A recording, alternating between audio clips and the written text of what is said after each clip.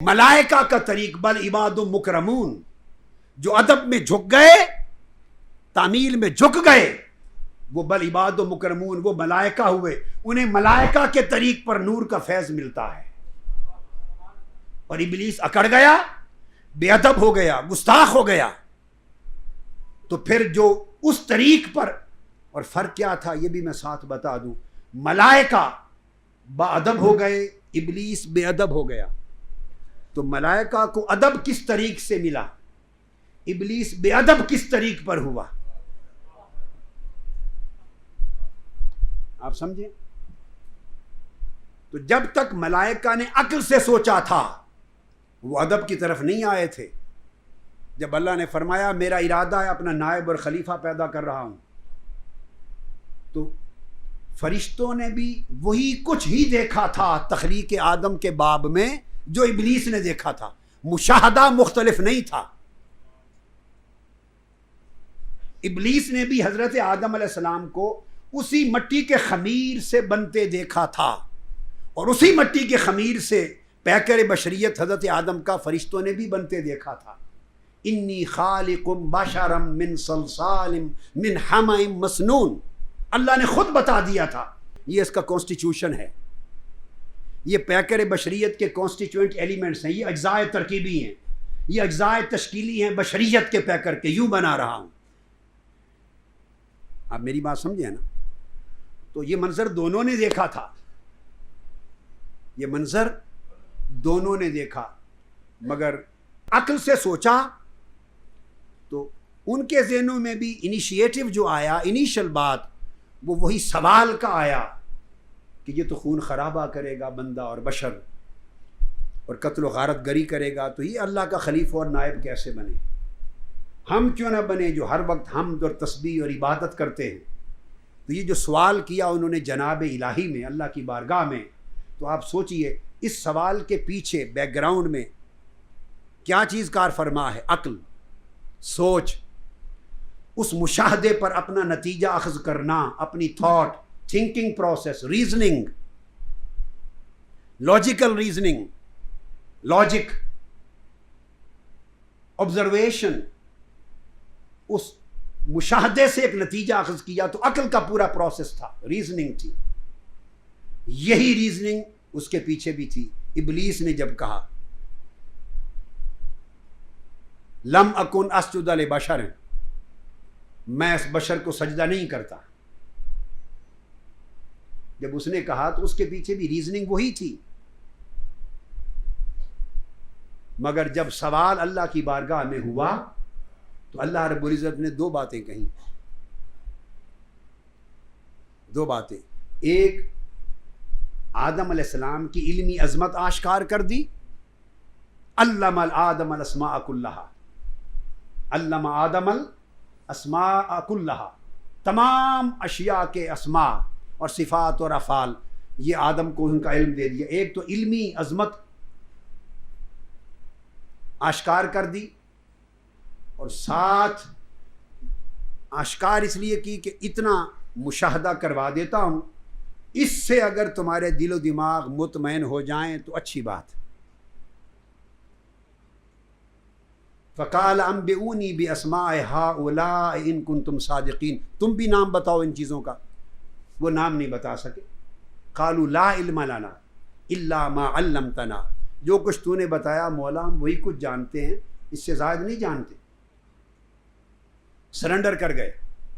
اللہ پاک نے فرمایا اتنا مشاہدہ کروا دیتا ہوں تمہیں عظمت آدم کا، عظمت آدم کا، عظمت نبوت کا، عظمت پیکر نبوت کا، اتنا مشاہدہ کروا دیتا ہوں، بات سمجھ میں آ جائے تو خیر، ویل اینڈ گڈ، اچھا ہے، اور اگر پھر بھی سمجھ نہ آئے تو اگلا ایک اور جواب سن لو، وہ کیا؟ انی اعلم ما لا تعلمون، کچھ اور راز کی باتیں ایسی بھی ہیں جو میں جانتا ہوں تم نہیں جانتے۔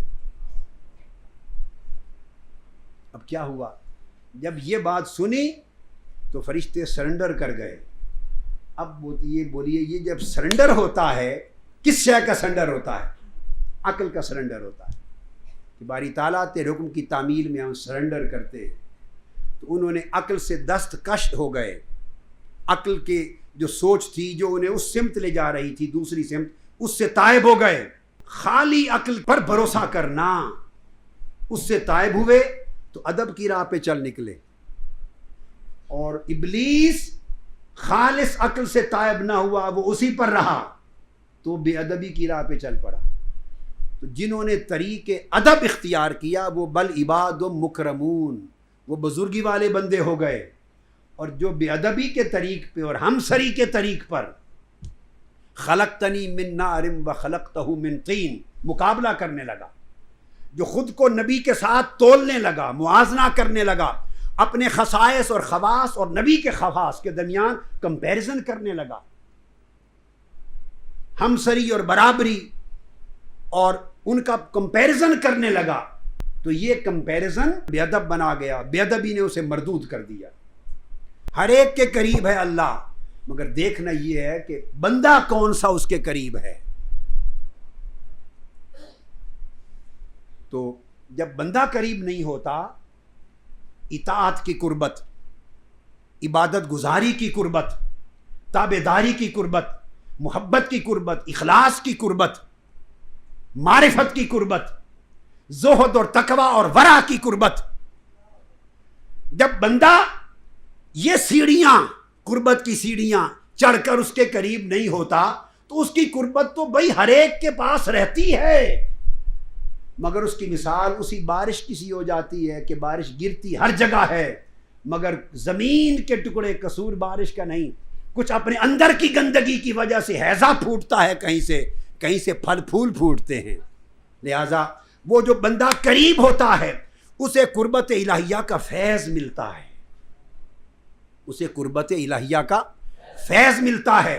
پھر وہ ہم نشینی خدا کی کام آتی ہے، پھر ہم نشینی خدا کی کام آتی ہے.